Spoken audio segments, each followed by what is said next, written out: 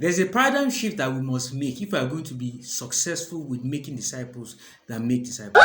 Right now, we usually think that someone needs to be converted first. Then we introduce them to our local church where they are discipled, and then eventually they are sent out to now begin to make disciples. But if we consider the woman Jesus met at the well in John chapter 4, the period between our conversion and beginning to introduce others to Jesus for them to follow him, which is one way to define discipleship, is almost inexistent. If we follow our model, she doesn't qualify to lead others yet because she hasn't become empowered with biblical principles that can make her lead others to Jesus. Here's my point. Jesus didn't separate evangelism and discipleship as we do now.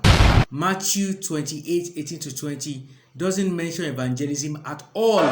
It says, make disciples of all nations. What am I getting at? Can we begin to see discipleship as one thing? Why is this important, you may ask? Isn't it just semantics? The reason is because our existing understanding of discipleship creates an exclusivity between evangelism and disciple making. We have separated the two into two different stand-alone activities. Most times, evangelism looks like something that you do once and possibly move away from. Well, what do you do with people that show an interest in Jesus but haven't yet been converted?